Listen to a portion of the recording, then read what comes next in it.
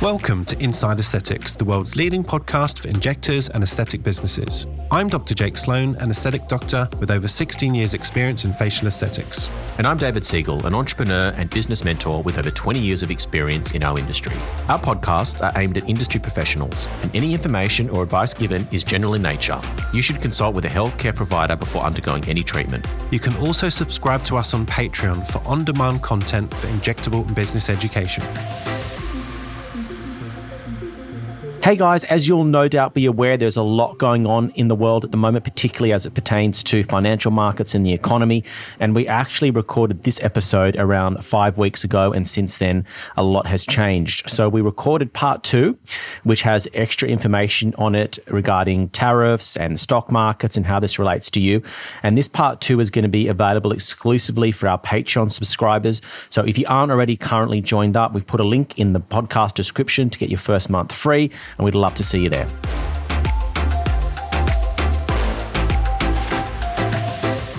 Welcome to What's Trending in Aesthetics, David.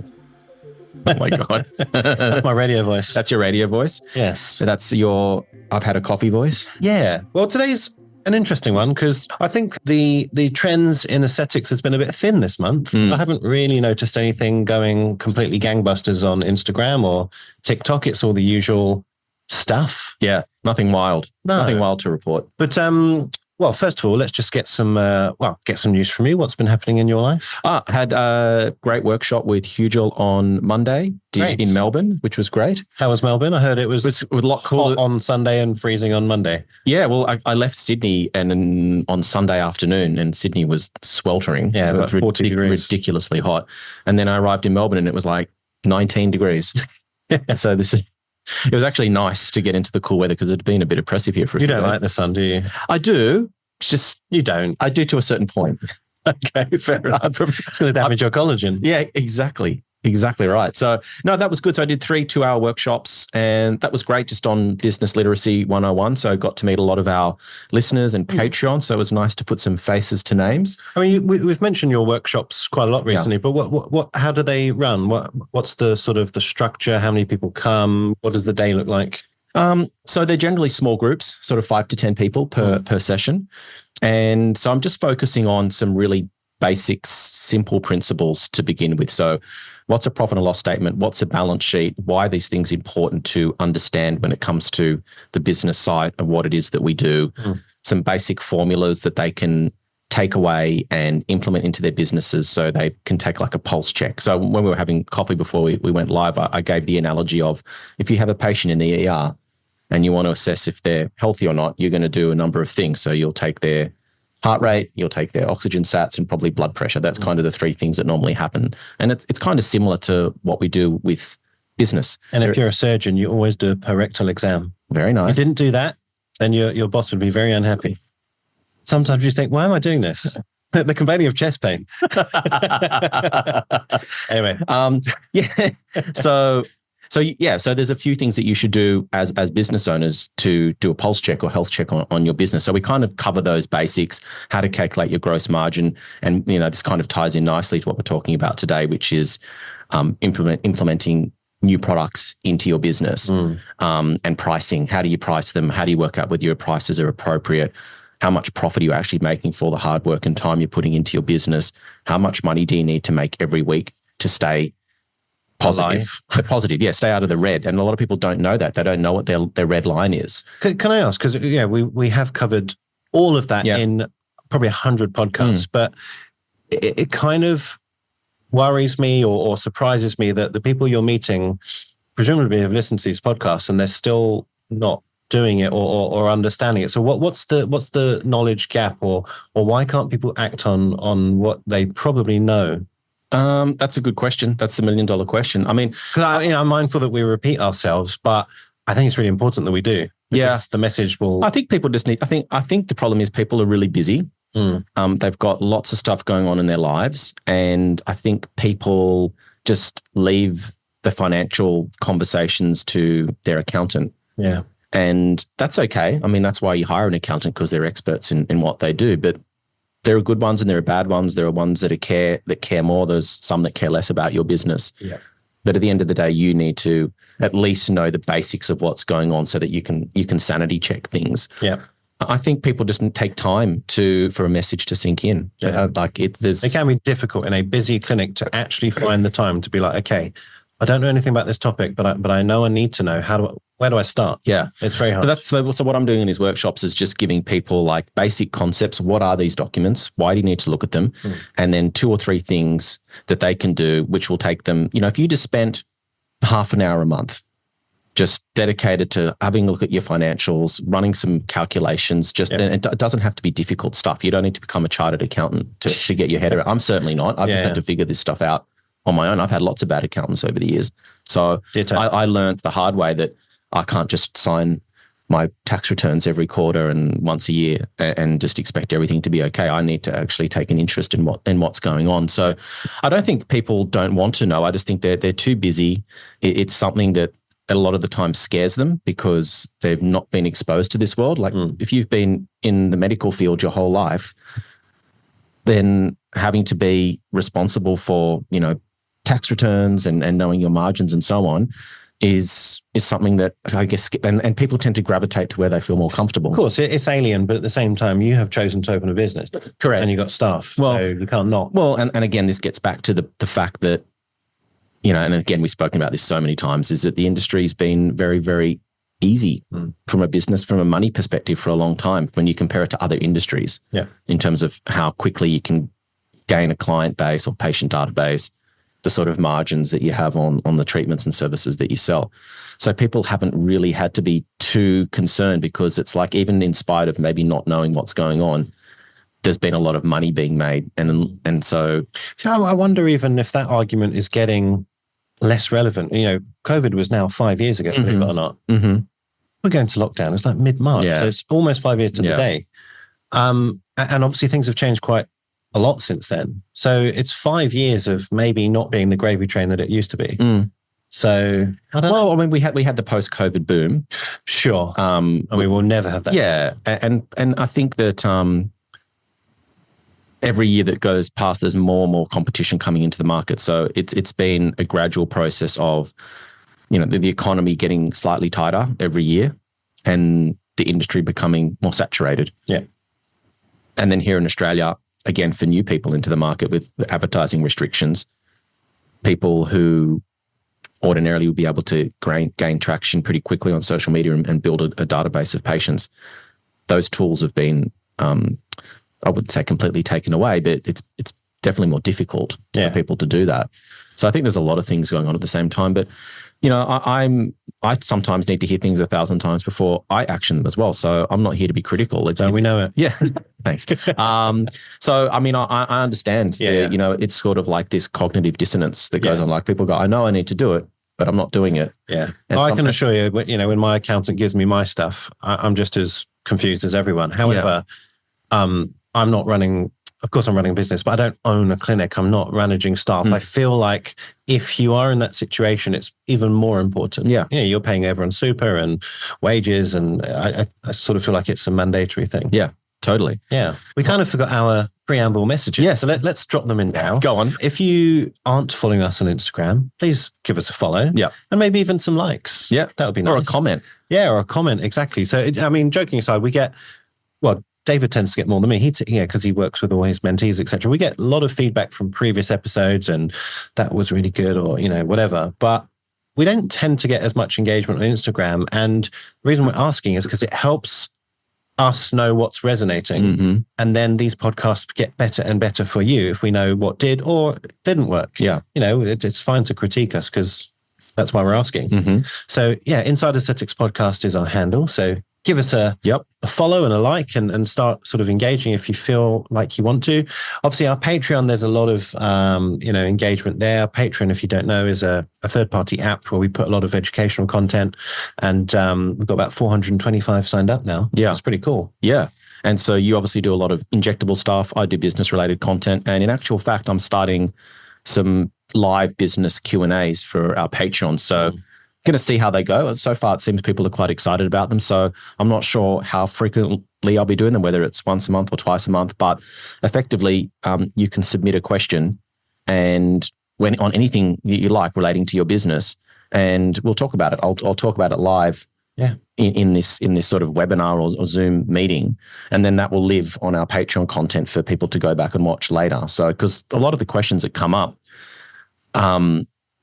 would be relevant to, I guess, so many people listening to this around the world, because these issues tend to come up over and over again, just in a different kind of, a different kind of way, but the underlying concept's still the same. So that's And you're also going to be changing your time zone when you're available for these things. So American audience, maybe UK audience, wherever you are in the world, you'll cater to that. Yeah, so I'll just rotate it around different time zones, because America's actually our largest audience now, believe it or not.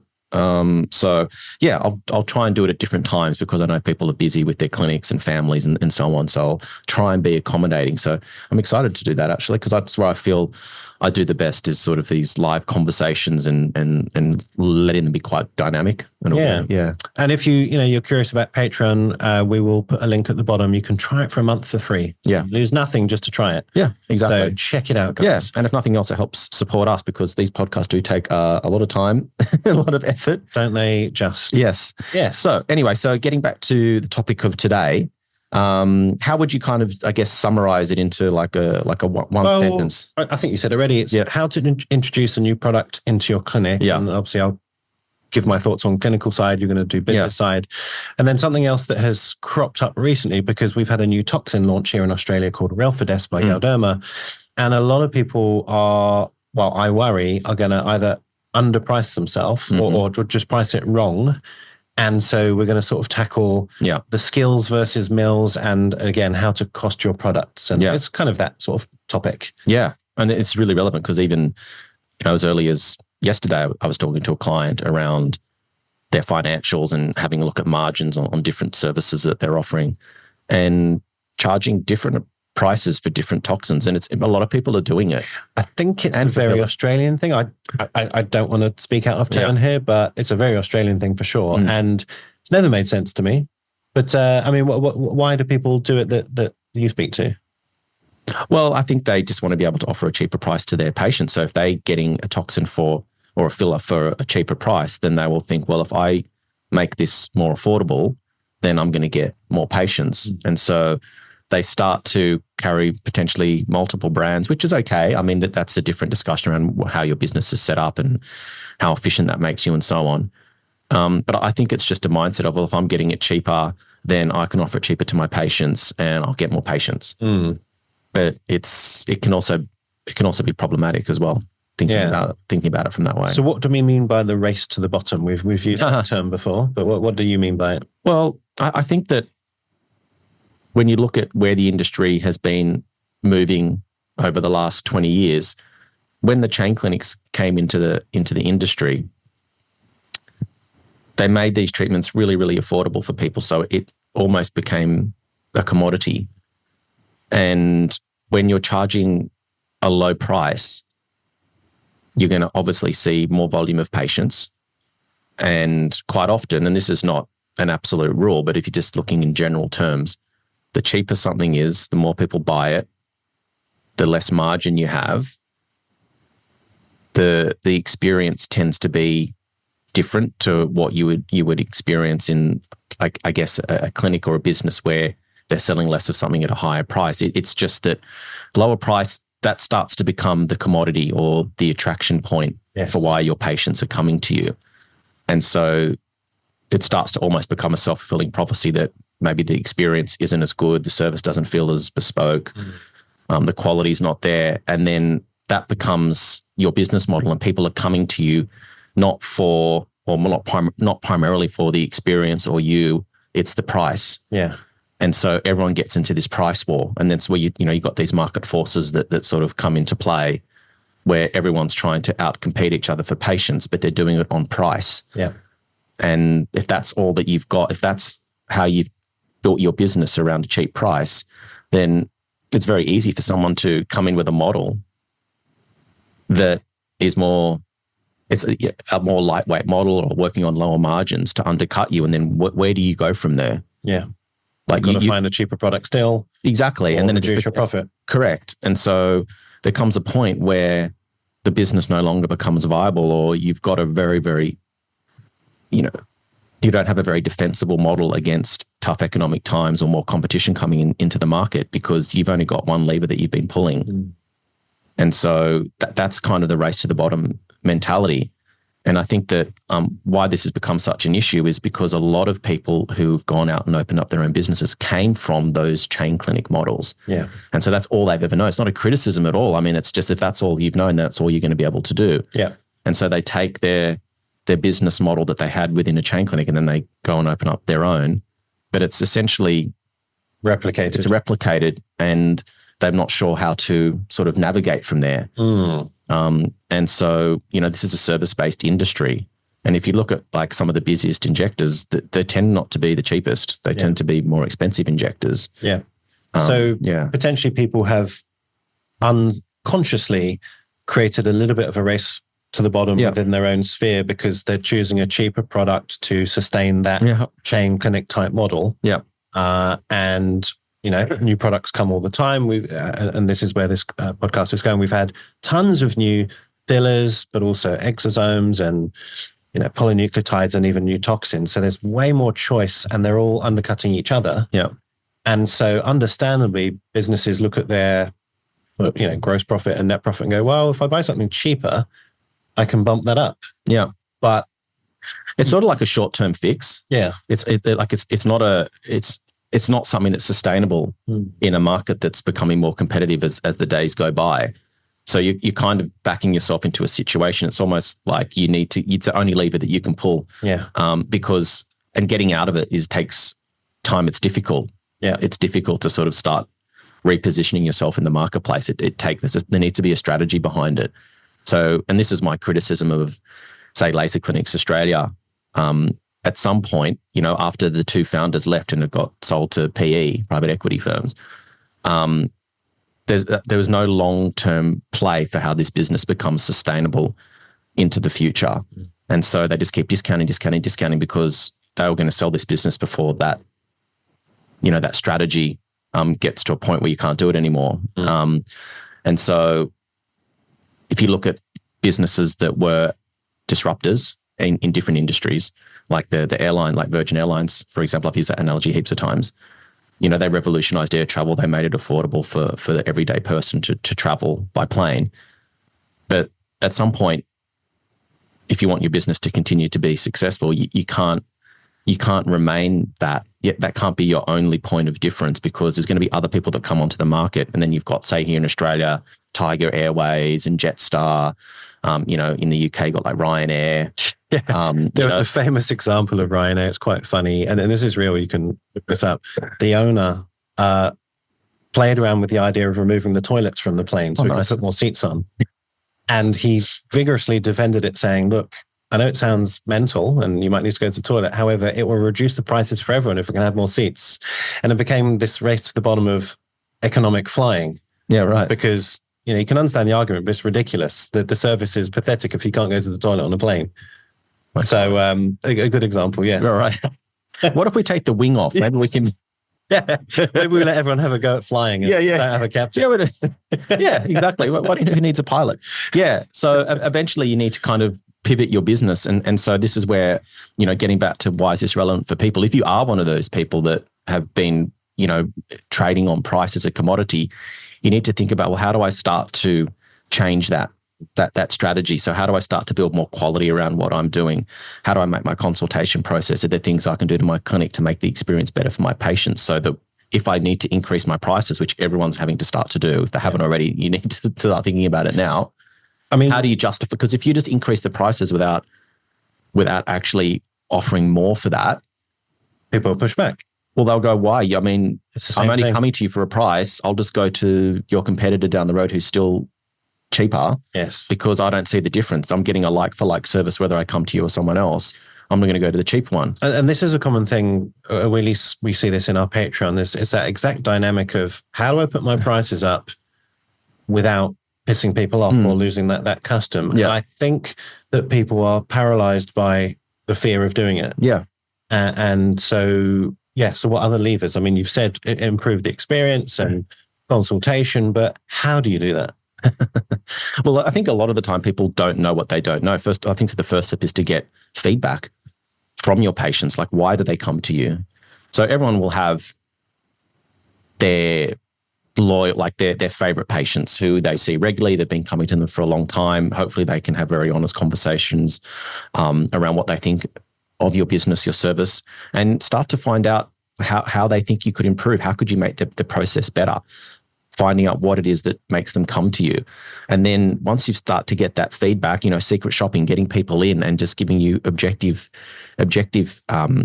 criticism, or constructive criticism rather, and giving you sort of actionable things that you can do to start improving the service to your patients. And it just starts with small things like your consultation process. How much time do you spend with people? How do you connect with them and develop rapport? Yeah. I mean, again, I think people know this, but they still don't know what that looks like. And I think we'll certainly do an episode on this, on consultation, whether I do it or we find someone who's got a really slick consultation. Maybe, I don't know, a webinar in the future where we can make it a bit more tangible, sort of build in the clinical photography in a visual format so people see what we're talking about. But I think this is the block. This is what people are struggling with. Many people have joined our Patreon saying, I want to improve my consultation process, but it's very hard to just give some bullet points. Yeah. You've actually got to almost maybe shadow someone, learn how to do photography, learn how to understand body language and all the rest of it. It's not something you can just learn in a lecture. Yeah. I mean, I think that most people understand, well, hopefully they understand what they're doing and how to explain a procedure. The problem is that I don't think enough people know how to communicate effectively. Yeah. And how to develop rapport, because until that connection's been made, until you know how to build rapport with someone, in some instances, it doesn't matter what you say, that information is not being absorbed by the patient because you haven't made that connection. And I think that's where a lot of people struggle. And this is the kind of stuff I learned when I did sales training many years ago. And sales has always got like this dirty connotation attached to it. But it's just about being an effective communicator. Yeah.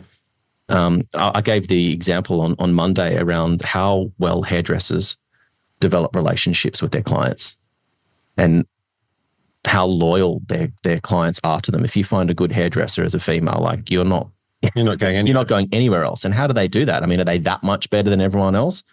Or is it that you just love seeing that person because, you sit there for hours talking to them and you develop this relationship? You probably tell your hairdresser things you wouldn't tell your best friend, right? Yeah. And so how do you start to develop that relationship with your patients? How do you become, I don't want to say a hairdresser, maybe, but how do you? They're trusted professional. Yeah, yeah, exactly. So, and those are things that you can start to do immediately, because people, when you look at all of the research around how do people make decisions for choosing a cosmetic injector, obviously there are exceptions to this, and there is a point there. There is a range of elasticity where no matter how good your process is, no matter how good your consult, no matter how much people like you, they're not going to be able to afford your price. Of course, there comes a point where, that it doesn't matter. But for the most part, people say that price is like a third or fourth order issue. Like, it's not the number one thing.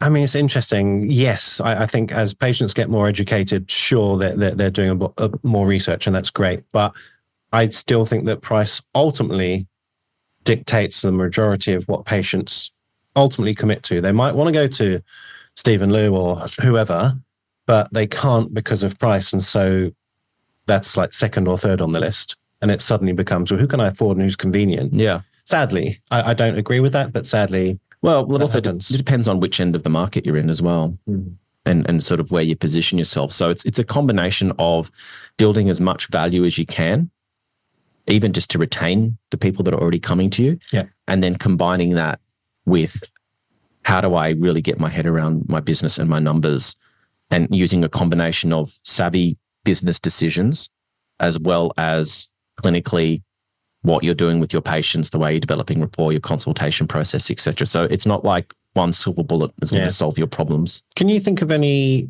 I don't know, tangible examples of like customer service tweaks that clinics could easily do, like in the successful clinics that you've mentored or just met people?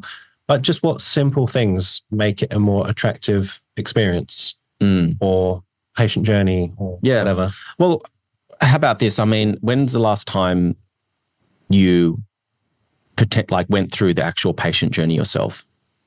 So what I mean is, so when's the last time you went onto your website, tried to navigate making a booking, sent an email inquiry, found out how long it took for someone to get back to you and make a booking or call you, whatever your process is? How long did it take from a new inquiry to make a booking? How easy was it? Was there any glitches? Was there anything that you found difficult?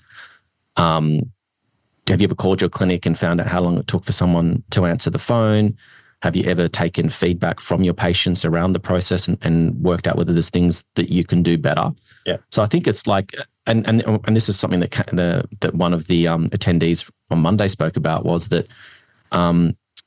you become like almost blind to your own mess. Yeah, 100%. 100%. Because you're just there every day. And also you're not seeing it from the patient's perspective. So, so getting back to what I was saying, so try and make a booking, find out how long it takes for whoever's running the front end of your business to get back. What's that process like? Have you ever sat in your clinic in where the patients sit and had a look at what they're looking at? Yeah. Like, because you're seeing like, is there dirt somewhere? Is it like just trying to look at it from an outsider's perspective? Yeah. Have you sat on your treatment bed before and had a look at the roof? Is the room set up in a way where the patient's looking at like your trolley full of needles? Is that scary for people? I still remember Cass teaching me that. Yeah. When I was at LCA with you, she said, she came in one day to teach your team, but she came to speak to me for 5 minutes. And she said, jump on your bed and pretend you're a patient and just look at the ceiling and around. And, I always remember that. Yeah. Putting yourself in the patient's perspective is very important. Mm-hmm. And you're totally right. You get blind to your own shit. Yeah. So, yeah. So I think those are things that you can do very quickly. And you might find that, like the number of people that I've spoken to when I'm on the phone, like I'm doing a first-time consult with a client, and before I'll get on the phone with them, I'll have a look at their website, I'll have a look at their socials, I'll try and what it looks like to make a booking. And I'll say, well, let's do this together in real time. And they had no idea that like there was a broken link on their website or their booking system wasn't working properly.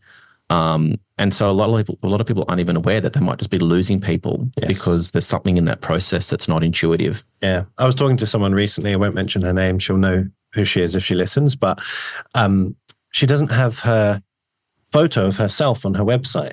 So you go there and it all looks kind of nice and fine and it's all sort of logical, but you don't know who you're seeing. It was like a big glaring error that she kind of knew about, but she sort of felt uncomfortable being on there. But I was like, if I'm a patient and I don't know who you are, I'm probably not going to come. Yeah. Or it was just like a big glaring error that I was like, this is the number one thing that somehow needs to be fixed. Yeah. Well, you are the product. Correct. And the website was in her name. Yeah. So by definition, people know who you are. Well, yeah. So it's just the basics, I think. Yeah. Looking at other businesses in different industries that may be positioned in the same segment of the market that you are and having a look at how they do things. Because we're still pretty new. We haven't kind of figured out things compared to like other industries that have been around for a long time. Yeah. And you learn lessons from, how they market themselves, how their website flows, what information they have on there. Yeah. Yeah. Like if you like, I don't know, Chanel handbags, go to their website and look how clean and aesthetic and well laid out and easy it is to buy a bag. Yeah. And then model your basic principles of your website on something that you like, whatever that is. Yeah. So getting back to, I guess, the topic of the day is, how do you implement a new product into your clinic? How do you price it? How do you explain it to your patients? How do you make sure that you're skilled in that particular product to make sure that you are able to get the same clinical result with it that you could with something else? So maybe let's just, let's use Toxins, for example, because that's kind of the one that comes up a lot. And, I was talking to a client even yesterday and I was looking through their financials and running some numbers on the gross margins of all the different services and products that they sell. And some of them are great. Like their margins are like 75, 76%. And then I'm looking at others and it's like 35, 40, 50%. And I'm thinking how and this is not uncommon, is that people, there's no consistent strategy around how they price things, and particularly having disparity between different toxins. Yeah. Might be carrying like 3 or 4 different toxins in their clinic and they'll charge one price for this and one price for that. And it starts to become complicated. I think in some ways you back yourself into a corner that's hard to get out of, and you start to, people, I guess, would assume that the more expensive product is the better one. Yeah. I mean, again, understand if you can buy one toxin for, I don't know, 50% of the price of the other one, I would understand the mentality of if I make it a bit cheaper and more attractive, I might get more patients. I do understand that. Yeah. However, you're still using the same skill, same time, getting the same result, hopefully. And so if you're only seeing that patient 3 times, just like the other toxin, why would you want to earn less? It doesn't make any sense to me. Yeah. And I think it's a problem that has many aspects to it. And one of them is, particularly here in Australia, I can't speak to other countries as much, but I know you go to conferences and you hear people talking on it, and you hear conversations around, I've heard this and that about this product, and it's not good, or it does this, or this is where it's good and that's where it's not good. And people just kind of, it's like Chinese whispers. Correct. And so, one of the things I think we should maybe unpack is, well, how do you, if you've got a new product that's being, the new reps approached you and said, hey, have you considered this product? This is new. This is all the great things about it. If you are considering implementing that or selling that in your clinic, like, what's the process of implementing that successfully? To make sure that you're confident with it, you're getting good results, you can achieve the same thing or the same results with this product that you could with what you normally use. Yeah. How do you communicate that to your patients? How do you price it? There's so many aspects to it. And I think that there's a lot of excitement around new products and people get them in their clinics, but maybe they haven't spent enough time working out how to get the best results out of them yet, because there are nuances. I think that particularly with toxins, people just expect that they're going to be able to just apply the same technique. Obviously, they understand there might be slightly different dilutions, but apply the same technique and get the same result. And then all of a sudden you've treated all these patients and you haven't quite nailed how to do it 100%, and you're doing retreats, and then that toxin starts to get a bad name, or your clinic starts to get a bad name. It's problematic. Very problematic. I completely agree. So look, I would start with what's the why. And I know we've said that for many sort of things, including business, but genuinely, if your patients are essentially happy with what you're doing, they're regulars and, happy with the price, etc., and then, you decide to drop in a new toxin. Toxin is a good example because there's not that many of them. And hopefully the results are similar regardless of which one you're using. What's the purpose of actually disrupting your business potentially and potentially upsetting your patients with a different result when you're perfectly happy and profitable as you are? Mm-hmm. I mean, yes, I think we should evolve and we should understand new products, and things will hopefully get better over time. But ultimately, there isn't a game-changing, arguable with Relfydess with slightly different longevity according to the data, but generally up until now, the toxins have done similar things, at least on the study. So why do it apart from price, really? Well, as you said, unless you think you can get a better result. Some people might argue that some toxins kick in faster. They might say that some are more accurate. They don't, you don't get the same sort of diffused kind of effect. So, you hear that. I'm not in a position to say whether that's true, whether that's not true, but those are some of the reasons that you hear. Maybe they want to work with a different company, because a lot of the time I see these companies as almost like a partner in your business to a certain extent. And you've got a aligned interest in that they want to sell you product to make money. You want to sell product to make money for your business. And so you've got a common goal, which is to sell more product because everyone benefits out of it. So, these companies effectively become like your partner. So how are they supporting you from an education perspective, from a business perspective? Do you like the rep? Do they take care of you? Do they support you? So, price would be one, relationship and, benefits that you get from working with a particular company, and then, clinical results with your patients. Those are probably the 3 things that I would say. And a lot of that really boils down to a business decision, less clinical, given that they all hopefully get to 4 months in. Okay. Yeah. So then we're talking about, the 2 things. How much do you like working with that company? How do they support you? How do they help you? And how does this particular product impact your bottom line? Yeah. And look, companies aren't stupid, because yes, if you buy in bulk of one product, you'll probably get a better price, but also maybe you get your filler a better price as well as your tox. Yeah. So these aren't easy decisions if we're just going to concentrate on business.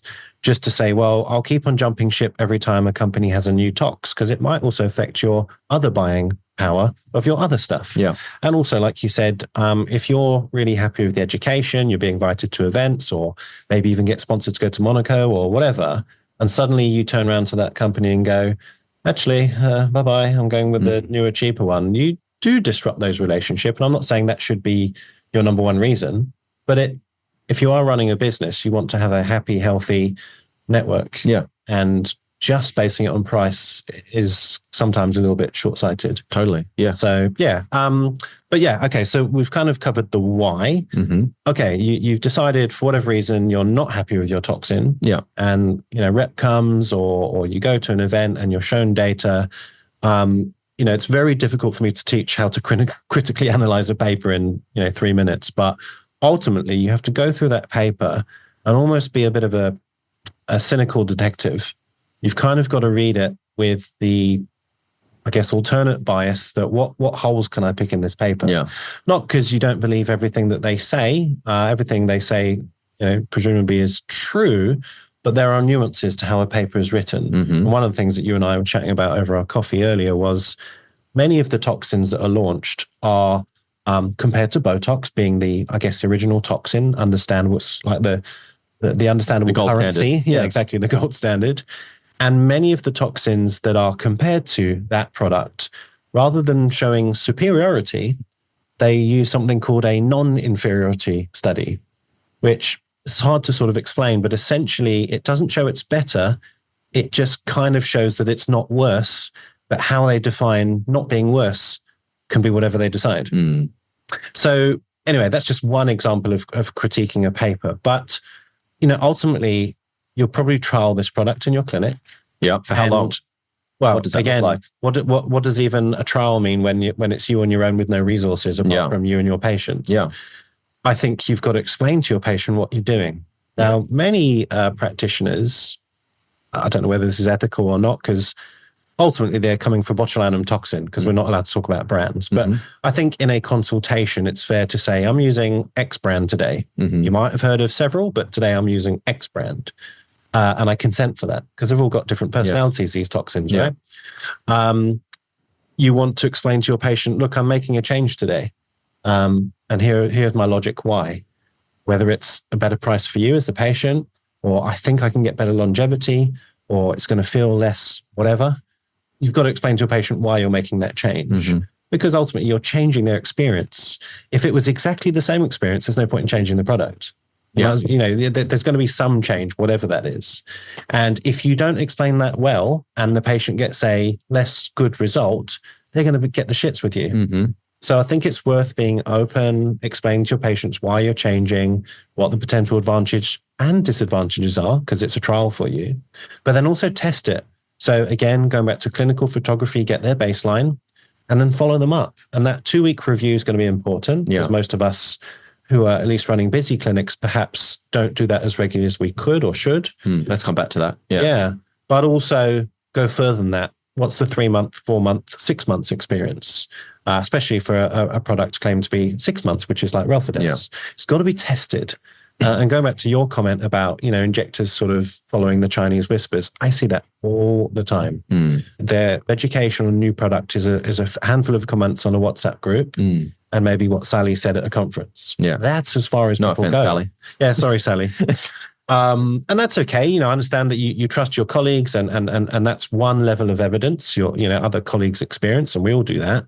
You've got to go further. You've got to put these things to the test, and try to put the marketing or your allegiance to a company to the side and say, what is actually happening in my patients? Mm-hmm. What do they say? Because that's the proof of the pudding, right? If for whatever reason they don't like it, but you love it, it doesn't matter. Mm-hmm. The price might be wonderful, but if it's not delivering, you can't use that product. Yeah. So what does that look like? I mean, do you think that's doing almost like your own internal study where you recruit 10, 20 of your really loyal patients, and maybe this is something you do with the rep and say, I'm loving everything that you're saying. This all looks great.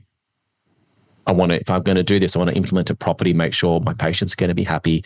So can we develop a plan to implement this product? So what sort of time frame would you be looking at before you could say, yes, I'm happy with this.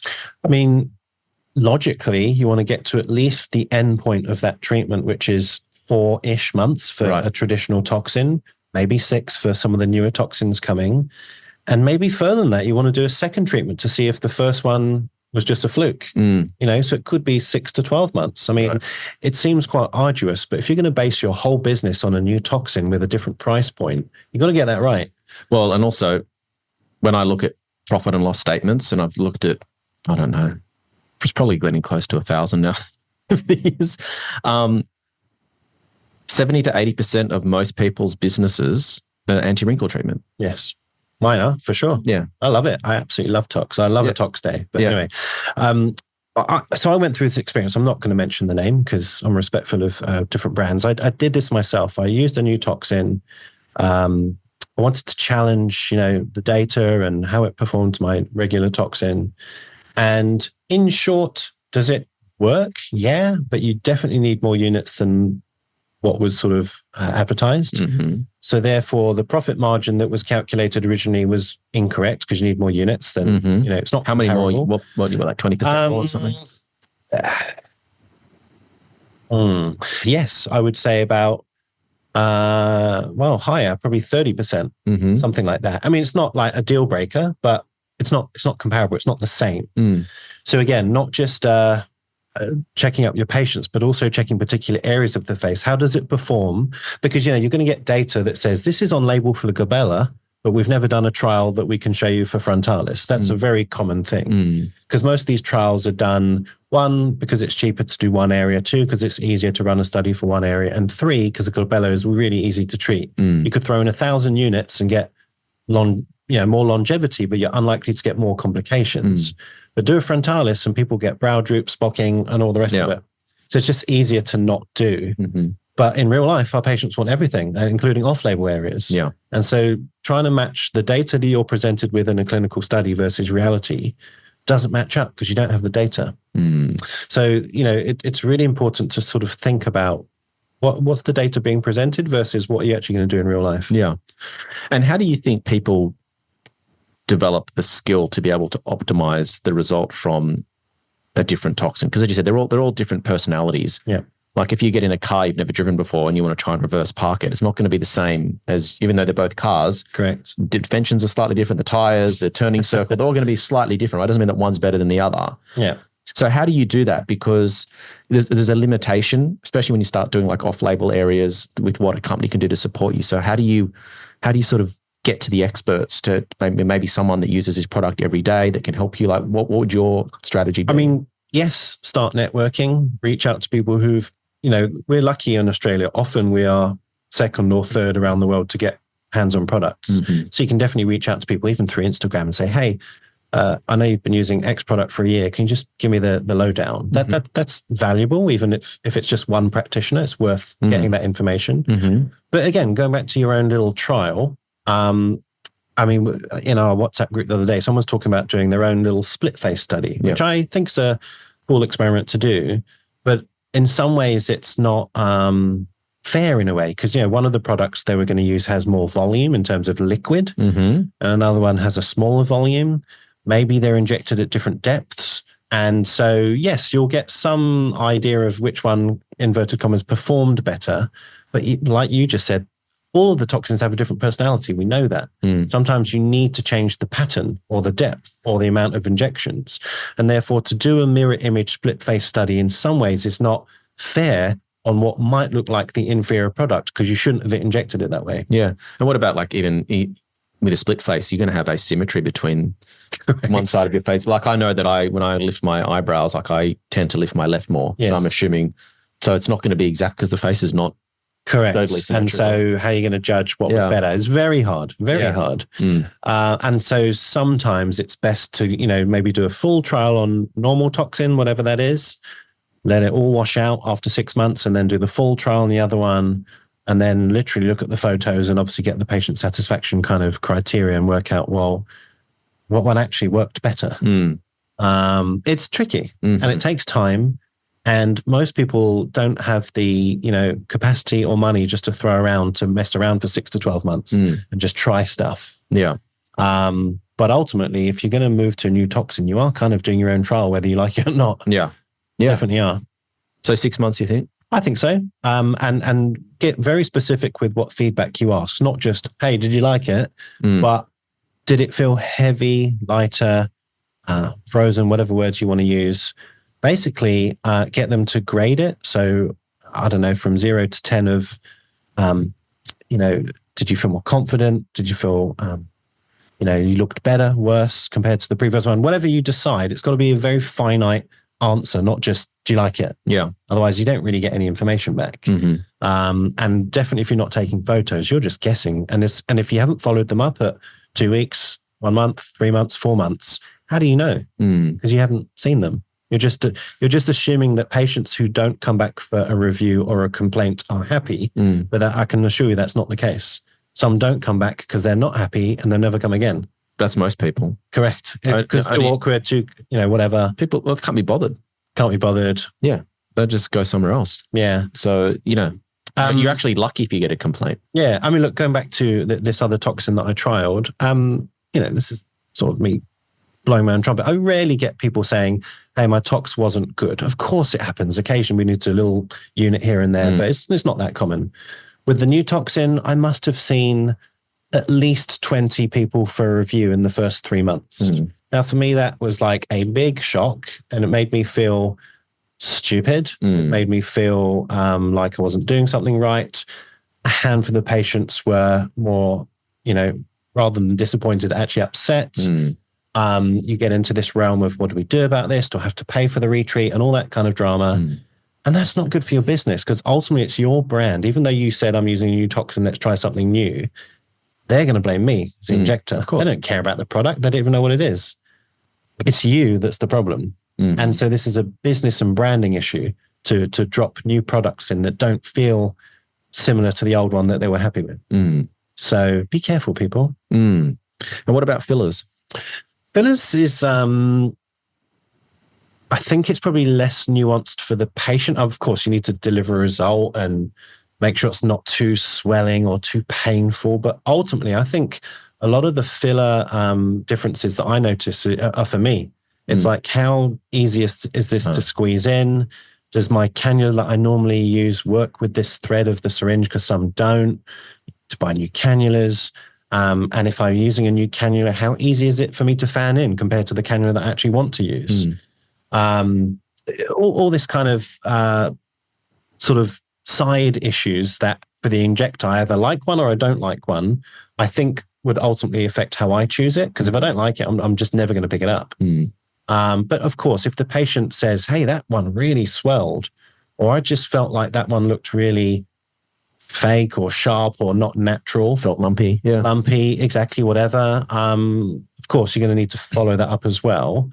But I think from injector's experience, maybe you might be the one choosing as a result of how difficult your life is or how easy it is to put in. I mean, you've talked about many of your people that you know with now serious repetitive strain injuries of their thumb. And it's no wonder that that's the thumb used to squeeze in filler. It's not a tox issue. No. It's a filler issue for sure, especially when you've got a 1 ml syringe. And if the plunger's all the way out with an unused syringe, it's quite awkward for people with smaller hands to actually inject. So I think that would be guiding of course, price and all the other things that we've discussed. What do you think? Yeah, that RSI thing's a real issue. I've spoken to so many people that have got that issue now. It's crazy. I don't know. I mean, do you think it's about being able to inject with both hands, or do you think they're using tools to help you? Or? I know a handful of friends who can, I've never actually watched it, but they claim they can do with both hands. I'm like, wow, kudos to you. I can't do that. Yeah, okay. But no, I think that's impractical to expect people to swap hands to just save their thumb. Choose a product that's comfortable, low extrusion force, choose the right size cannula, but also, don't try and do cool things like aspirate with one hand if you can't. Make your life easy. Obviously get the patient at your level, so you're not on your tippy toes trying to sort of inject awkwardly. But yeah, look, if you've got small hands, you need to think, how can I do this better? Yeah. Because you can't have a career if your thumb's bust. It's just not possible. There are a few people floating around that help with this kind of stuff, like from a ergonomic perspective in terms of how you can actually do it. And there are tools as well, I think, that help. For aspiration, but ultimately you need to squeeze a plunger into a syringe to get some filler in a face. And that needs pressure and that needs your thumb or however else you're going to do it. I mean, I don't recommend, sort of using your other hand to push the plunger. You'll be very unstable and you've got nothing holding the face. Yeah. I don't know. But it's a big one for me. And so your decision on fillers, what's your kind of tick box exercise that you'll go through? So as you said, extrusion force, how easy is it for you to actually inject the product? What does it look like afterwards? What in terms of judging what was a successful treatment or how good was that product? Yeah. What's your process for that? It would be similar to the tox. So, 2 weeks, 4 weeks review. Has it settled? Has it integrated, as we call it, even though I don't really believe in integration, but basically, has it all settled in, not lumpy, not swollen, bruising's gone and looks good? Did we achieve the result of making you look less tired if you're doing under eye and mid-face? And if you did, great. And the patient's essentially happy. I guess it worked. But then we've got this question of longevity, and that's really tricky because we know our fillers can last 1, 2, 5 years. So to judge that's tricky. We've had Mobin on recently talking about fillers lasting 10 years plus. So how long do you want to do your follow-up? I think we all agree that fillers last ages, and as long as it looks good, that's wonderful.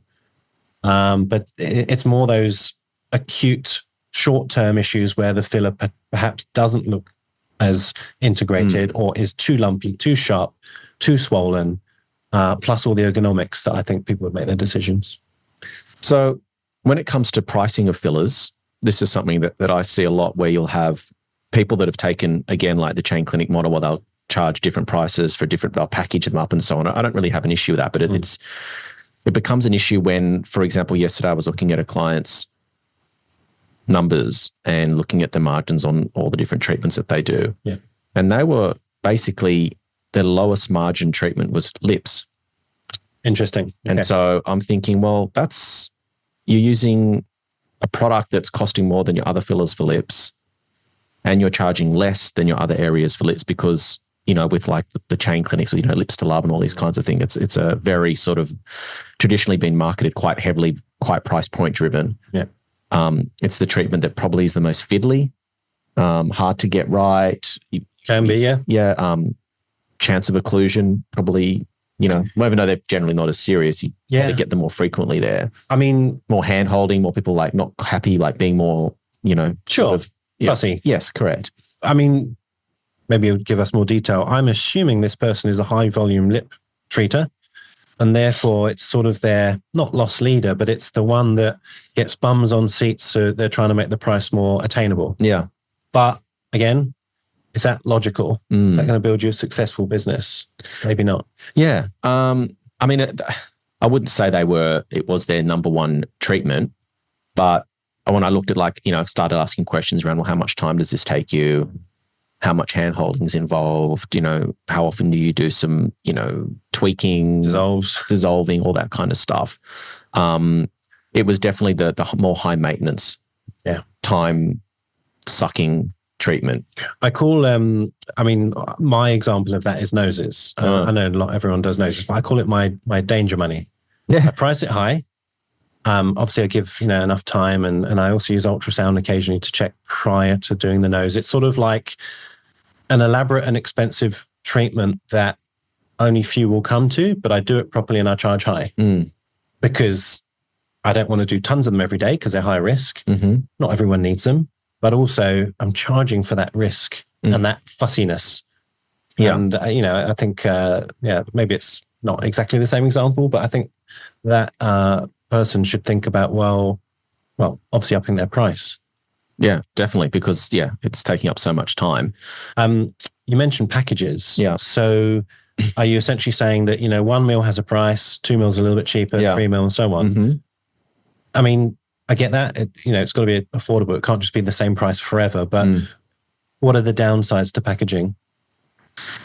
I see it more the packaging with toxins as a potential. Interesting. issue. So you mean there's a set amount that goes in? Yeah. So let's say like a 55 unit package. And when you look at like happens in that process from an economics perspective.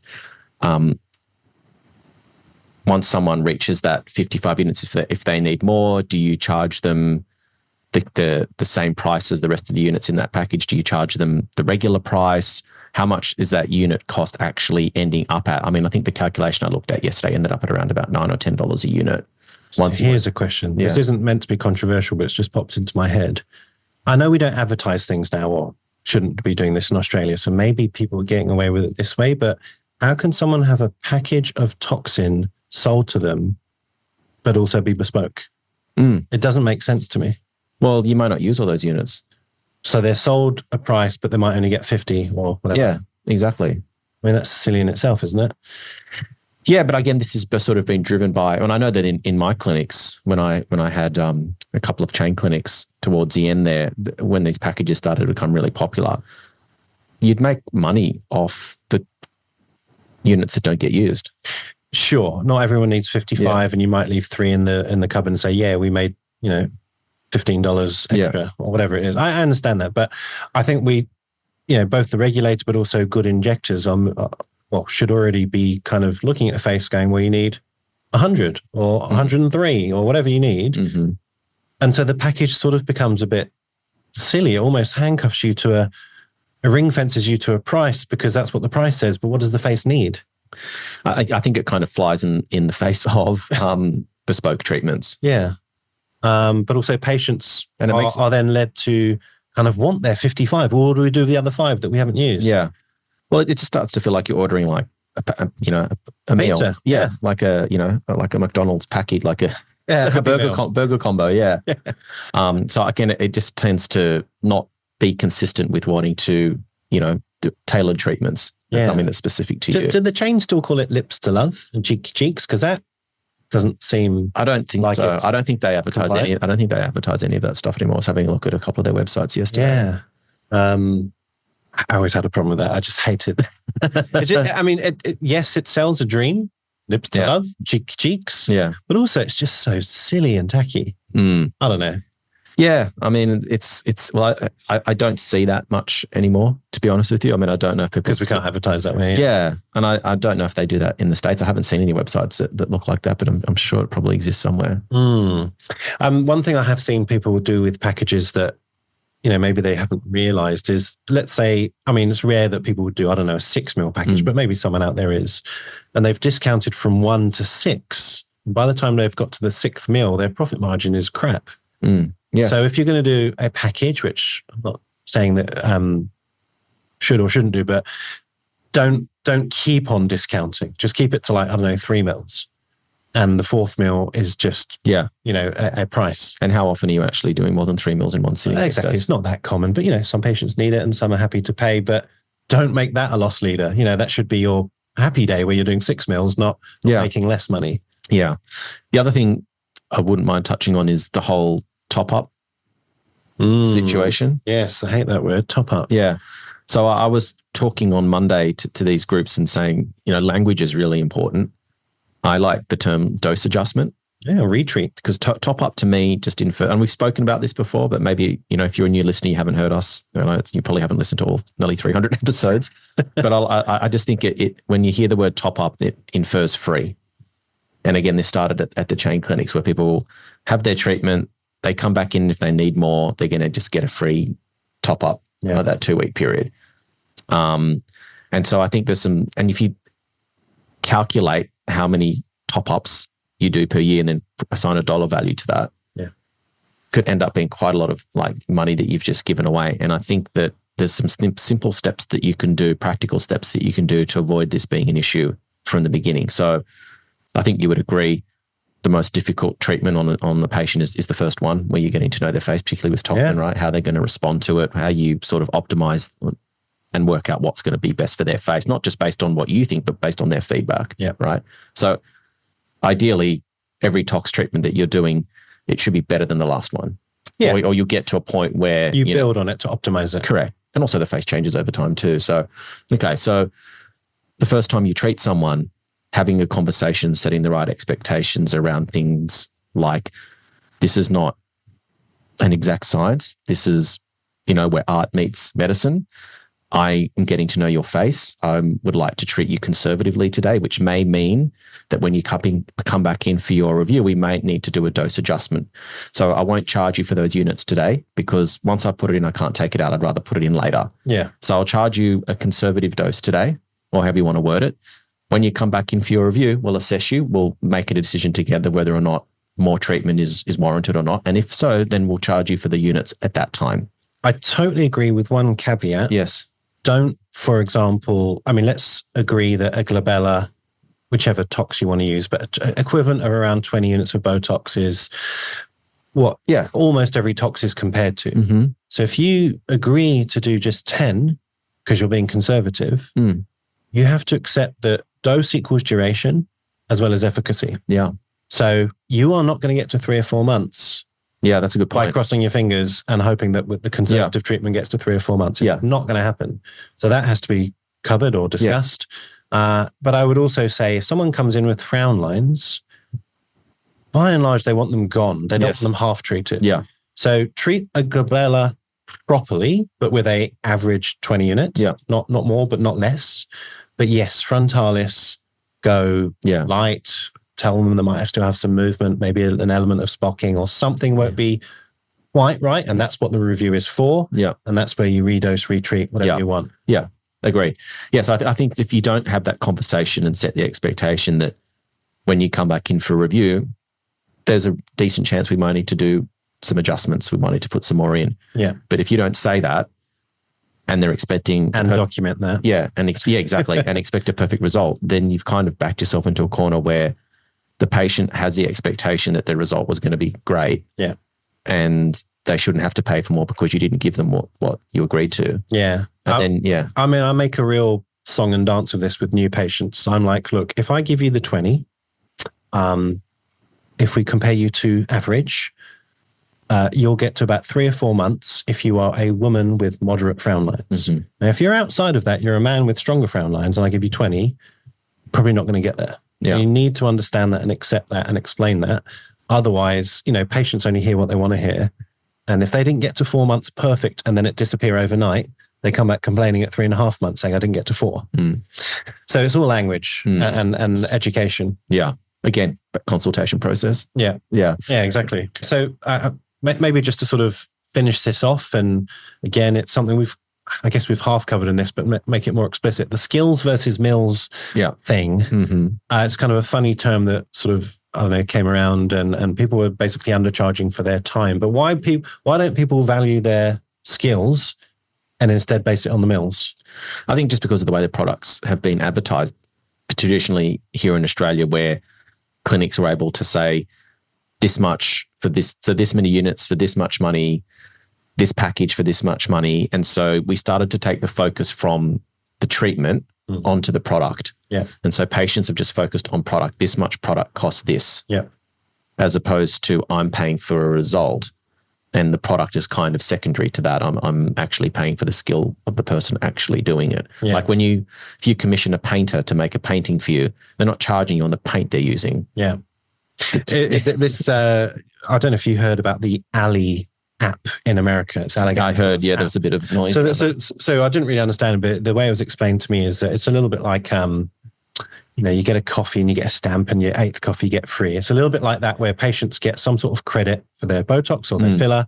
And at some point they get a free mil of filler, which to us in Australia seems bananas, but in America it's different. But what happened was patients came back and said, hello, I'd like my free mil of whatever. And the injector goes, okay, cool. The company will give me the filler back, so I'm not losing money there, but no one's paying me for my time. And so this is why there was such big pushback in America about that particular issue, because it was about the mills, not the skills or the time or the practitioner.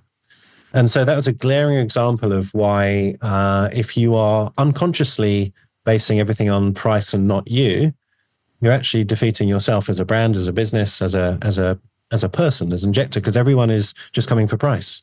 We sort of loop back to where we started in this conversation. Yeah. Where do you think that started though? Look, whether you are in the UK where they traditionally charge per area, and, I could sort of quote you, sort of a typical price is like £300 for 3 areas in the UK. So the patient psyche is I can get that anyone. £300, 3 areas, doesn't matter who I see. It's about the areas and that's it. Yeah. Here it's on units because we don't do areas generally. It's more units. But again, it's product focused, not skill focused. So, we're kind of in this weird transition here in Australia where regulator in some way has made our life in some ways easier because there's no price advertised, blah, blah, blah. But it's not easy for us to showcase our skill. Yeah. So how do you recommend people somehow showcase their skill through their social media if they can't do before and afters? Yeah. Well, I mean, education's an obvious one. Yeah. You would assume that if someone's able to talk about, the mechanics of what it is they're doing without showing a result in terms of, facial anatomy, why certain treatments or certain faces need to be treated in a certain way. I mean, if you look at like the big accounts like, Rebecca Goodell and even Dr. Beta Farrell, who we had on recently as well, like they're big on education. So I think that if you can show that you understand the mechanics of what's actually going on and how nuanced it is and why certain treatments and different techniques are going to get different results, I think that's kind of the way I'd be positioning it in Australia is more based on education. But then word of mouth, your patients are coming to you because you do such a great job. They're telling all their friends and family about you. So they already know you've got a reputation. And then obviously you can show patients photos within your clinic. Correct. Yeah. Clinical photography. Yeah, that's a great point. I think we should all develop a gallery that we can show people. You just can't show it on social media, but show them in the room. Yeah. What do you mean by looking less tired? Well, here's 10 examples. Yeah. And, okay, well, I don't have that face, but I kind of see what you mean. Yeah. Well, that's why it's important, I guess, to have a multitude of different faces, ethnicities, ages, maybe more of an artificial look, maybe more of a natural look. Yeah. So that you can give people like something that they can identify with in terms of either how they look or how they want to look. Yeah. Yeah. I think we're still just finding our way. We are still very much working out what systems work for our industry, how to perfect our craft, both from a business and clinical perspective. So we're kind of at that crossroad, that maturity, that industry maturity is happening right now. Yeah. So hopefully that's given you guys food for thought. And, we're all guilty of some of this. So knuckle down. Yeah. Think about your numbers, price. What are you paying various companies? Is it worth aligning stronger with one company or diluting that and going to other companies? Every situation is different. Yeah. But if you don't understand your numbers, you are blind. Yeah. Quickly, just before we wrap up, one other point I wanted to make when it comes around to numbers is quite often people will be offered a promotion around buying X amount of products for X amount of dollars. And if you don't know, first of all, what difference that offer makes to your margin, and then what does that amount of money leaving your account do to your cash flow situation for upcoming financial commitments like rent or wages, tax payments, etc. Yeah. There's no right or wrong, but it's about, okay, well, if I buy this much, A, am I going to be able to use it before it expires? And make sure you manage your stock well and you're aware of expiry dates. B, is it worthwhile for the margin difference it's going to make, and can my business afford to do it? So it's always balancing around margin and cash flow. But if you don't know your numbers, then you could find yourself in a position where you've got all this stock sitting in your cupboard, but you've got no money to pay your bills. Yes. So I have personally found investing a lot in Tox is relatively risk-free. I'm always going to be using Tox every day. Filler, yes, I'm a high volume user, but I've been in the situation like, shit, I've probably overbought. So yes, definitely think about that. That's it. That's all I got. Wow, that was good. No, I think it was really practical. So hopefully people got some value from that. Yeah. Let us know. Shoot us a message on our post on this Friday's podcast. Let us know what you thought. Yeah. And if you've got anything you want to share, or you think you might be a relevant guest and got something interesting and novel that we haven't covered before, you can send us a application to just look in the bottom of the podcast description. There's always a link for guests. We have had a few people reach out, and it's not sort of biased, but sometimes, one, we've got about 6 months already planned. Two, we can't take everyone. Yeah. But if you have something genuinely novel or cool or controversial, we're always happy to listen to that. Exactly. Cool. See you later, guys, in the next podcast. Bye. For our latest news, follow us on Instagram at Inside Aesthetics Podcast. If you want to get in touch with myself or David, follow us on Instagram as well at Dr. Jake Sloane and David_Inside Aesthetics. Join our Patreon for invaluable business and injectable education. Get access to our global community of like-minded professionals, live and interactive Zoom sessions, hints and tip videos, webinars, and more. Head over to www.insideaesthetics.com/Patreon for more information.